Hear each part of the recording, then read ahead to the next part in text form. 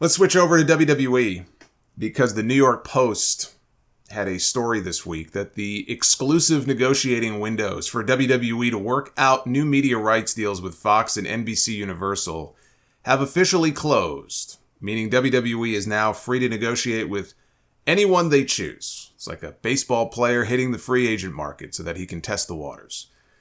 This does not mean that WWE is leaving USA Network. This does not mean that WWE is leaving Fox. In fact, they are still considered to be the front runners to keep WWE programming because they do so well for them. And really, I mean, where would USA Network be right now if they didn't have WWE? Where the hell would they be? Like, they certainly wouldn't be ranked as high as they are on the cable charts, and they're not ranked nearly as high as they used to be, most nights. But they don't have any shows anymore. USA used to have a lot of quality shows. And they did numbers for them. Now they have basically nothing. They have Chris Lee Knows Best, and the stars of the show are currently in prison. And they have reruns of Law and Order. They could put Chris Lee on one of the episodes of Law and Order. They could have a crossover episode. That's it. That's all they have. But one interesting nugget from the article is that Disney has expressed an interest in WWE. The mouse is interested. WWE, look, they've done business with Disney before. Last year, I talked about it on the podcast. They announced a deal to bring the WWE network to Indonesia as part of, I guess they have a service there called Disney Plus Hotstar. It's a streaming service. So it's like a relatively minor deal, but that was the first time that we heard about WWE and Disney doing business together. And could that potentially, if that goes well, lead to them doing more business down the road? Certainly possible. They were said to be in the conversation to buy the company, which didn't happen. But now Disney is said to have interest in putting WWE programming on FX, which it owns. I don't think I've watched anything on FX since The Shield. And that was 20 years ago. The Shield is the show that put FX on the map. And, actually, you know what? That's not true. I used to watch Archer. I fell off at some point, but I did used to watch episodes of Archer. But like all those other shows that FX had, like Rescue Me and Sons of Anarchy, It's Always Sunny, I just, Justified, right? They had a show called Mayans that a couple of my friends liked. I just never watched any of them. I probably should, though. I probably should watch some of those. But Disney is showing interest in having them on FX and not ESPN, which they also own, because it would be a nightmare on ESPN with all the sports preemptions. AEW is going to feel that very soon on TNT with Collision. They're going to have sports preemptions of their own to deal with. The report also states that Amazon Prime Video will be in talks for WWE with Apple and Warner Brothers Discovery, both considered dark horse candidates.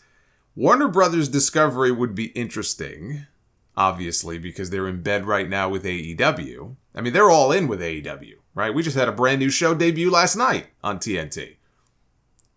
And we know that AEW now has exclusivity with them, so they can't air their programming anywhere else. That's why Dark and Dark Elevation vanished from YouTube.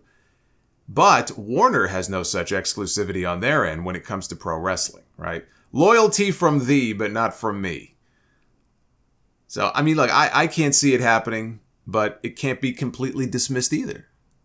You can't just say, well, there's no chance of it happening. Well, there is a chance. Might be a 10% chance or less.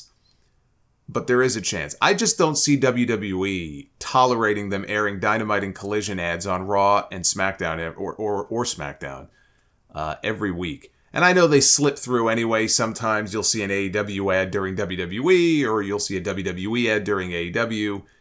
It does slip through every now and then, but to have their actual network partner promoting the other company constantly, it's just, I cannot see that. I think Vince McMahon's head would explode. I just can't see that being tolerated.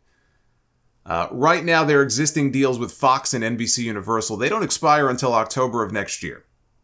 So that would be the earliest that we would see them move somewhere else if they were to move. If they do move, I certainly hope it's more amicable than their split with Spike TV was when they moved back to USA in 2005.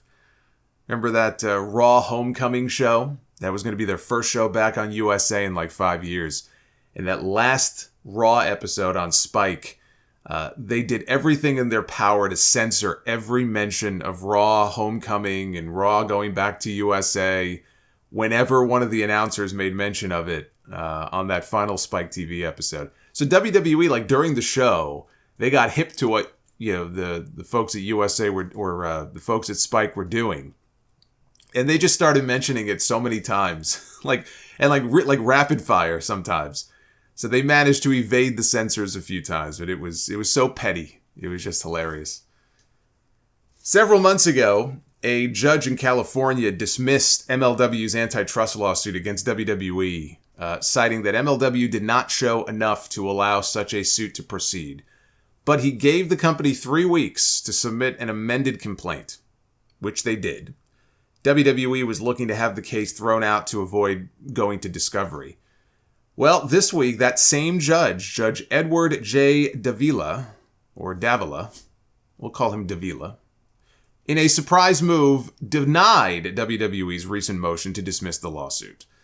And per court documents, Davila ruled against every single one of WWE's complaints in its motion to dismiss and found that MLW properly defined its relevant market, provided circumstantial evidence that WWE had taken part in monopolistic actions and anti-competitive conduct, and, quote, sufficiently alleged antitrust injury, citing the claim that WWE has 92% of the media rights revenue in the U.S. market.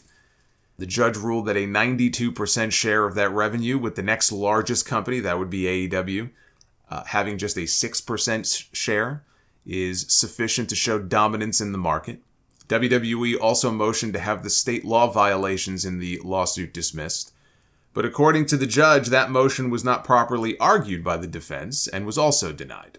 So the next step now looks to be the discovery phase, which could be very costly to WWE if they don't settle out of court before then, because MLW wants broad discovery, meaning a lot of evidence would need to be collected at great expense to the company. They could ask all kinds of questions, and you never know what kind of damaging information could come out of this that WWE might not want to share. My guess is, with this Endeavor deal still pending, they try to make this go away before it even gets that far. If there's one thing Vince McMahon is still very good at, it's paying people off to shut them up and make them go away.